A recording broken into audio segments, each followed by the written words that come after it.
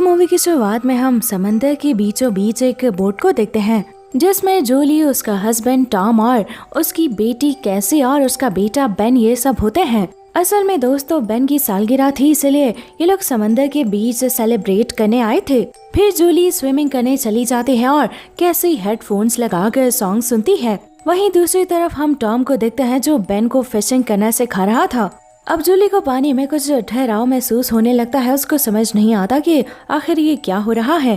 तभी हम नोटिस करते हैं कि जूलिया पानी के साथ कहीं बहती जा रही है। जूलिया बहुत घबरा जाती है, इसलिए वो टॉम को आवाजें लगाने लगती है, मगर किसी को भी उसकी आवाजें नहीं आती क्योंकि बेन और टॉम दूसरी साइड थे पर कैसी उसी साइड थी, लेकिन उसने हेडफोन्स लगाए हुए थे। लेकिन तभी टॉम को जूलिया की आवाज आ जाती है और फिर वो फौरन पानी में कूदता है और उससे बचाकर वापस ऊपर लाता है। पर जूलिया ठीक थी, इसलिए वो ज्यादा परेशान नहीं होते। और फिर रात में वो लोग बेन की सालगिरह सेलिब्रेट करते हैं और एक पिक्चर भी यादगार के तौर पर ले लेते हैं।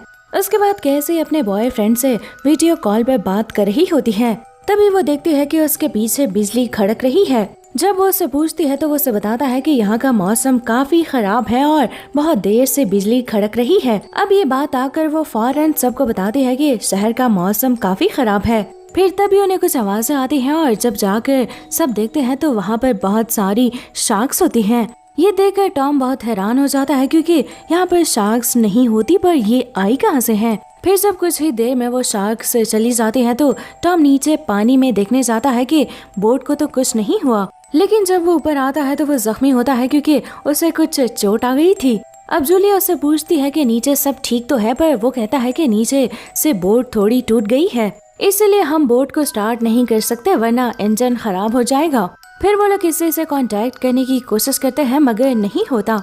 लेकिन तभी मौसम बहुत खराब हो जाता है और उनकी बोट तेज तेज हिलने लगती है, इसलिए वो लोग घबरा कर लाइफ जैकेट पहन लेते हैं ताकि कुछ भी हो तो वो लोग बच जाएं।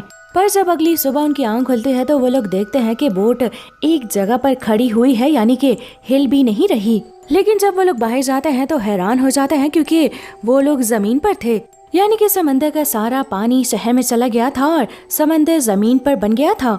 अब ये सब देखकर वो लोग बहुत परेशान हो जाते हैं। उसके बाद बेन अपने सारे बैलून्स उड़ा देता है ताकि कोई इसको देखकर उनकी मदद के लिए आ जाए। अब टॉम किसी से कांटेक्ट करने की कोशिश करता है तो उसकी बात एक लड़के से होती है। अब असल में वो भी सबमरीन के अंदर था, इसलिए बच गया था।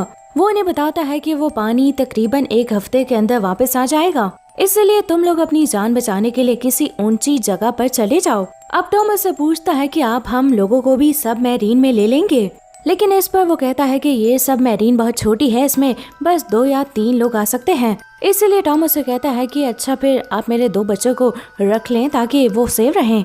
उसकी बात सुनकर वो लड़का मान जाता है और अपनी लोकेशन टॉम को बता देता है। पर तभी टॉम देखता है कि कोई उनकी तरफ आ रहा है। असल में जो बेन ने बैलून्स उड़ाए थे ये आदमी उसको देखकर ही यहाँ पर आया था। फिर वो टॉम से पानी मांगता है और जैसे ही वो पानी पीता है तो वो फौरन टॉम पे हमला कर देता है और उसे एक रॉड से जान से मार डालता है। ये देखकर जूलिया फौरन नीचे आती है, मगर वो आदमी उस पे भी हमला करने लगता है।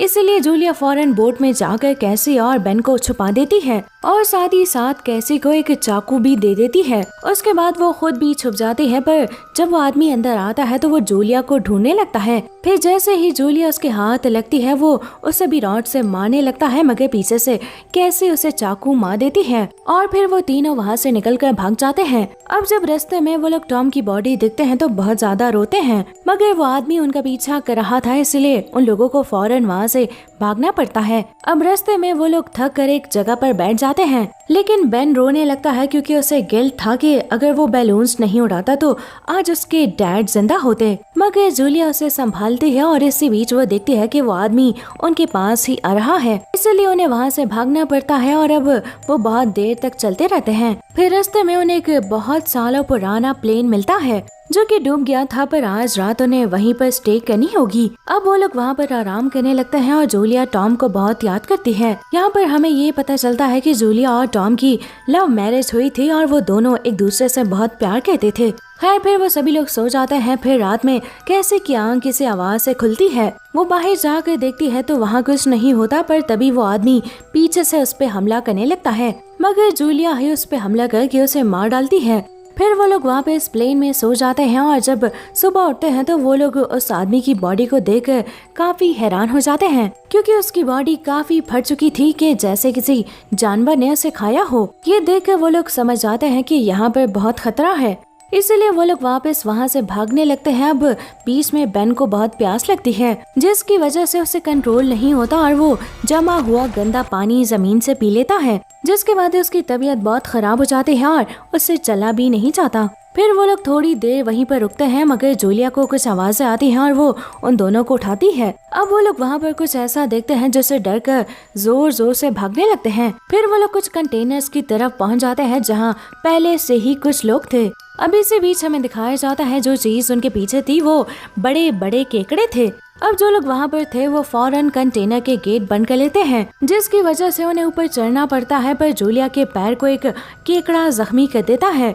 अब जब सुबह उसकी आंख खुलती है तो वो देखती है कि बेन और कैसी नहीं है। वो बहुत डर जाती है और फौरन नीचे आती है, मगर वो दोनों नीचे थे। यहाँ पर हमें दिखाया जाता है कि बाकी जो लोग भी थे उन सबको केकड़ों ने खत्म कर दिया था। फिर वो लोग उनका सामान निकालने लगते हैं और उसी में जूलिया को एक रेडियो मिलता है, जिससे वो उस सबमरीन के कैप्टन से कांटेक्ट करती है और लोकेशन पूछती है और उसे उन पर हुए हमले के बारे में भी बता देती है। वो उसे बताता है कि मुझ पे भी हमला हुआ है और मैं बहुत जख्मी हूँ। फिर वो कहता है कि मैं फायर गन चला रहा हूँ जिससे धुआं होगा और तुम लोग उसकी मदद से यहाँ पहुँच जाना। उसके बाद वो लोग भागते भागते वहाँ तक पहुँचने ही वाले थे, मगर जूलिया एक गड्ढे में गिर जाती है। इसलिए वो कहती है कि तुम लोग चले जाओ, पानी आने वाला है वरना सब मारे जाएंगे, और वैसे भी सबमरीन में बस 2 ही लोग आ सकते हैं। यहाँ पर कैसी उसे बचाना चाहती थी, लेकिन जूलिया उस पर गुस्सा करती है कि जल्दी जाओ, इसलिए उसे जाना पड़ता है। मगर जब वो वहाँ पहुँचती है तो सबमरीन का कैप्टन कहता है कि मैं मरने वाला हूँ, इसलिए तुम लोग अंदर जाकर खुद को लॉक कर लो।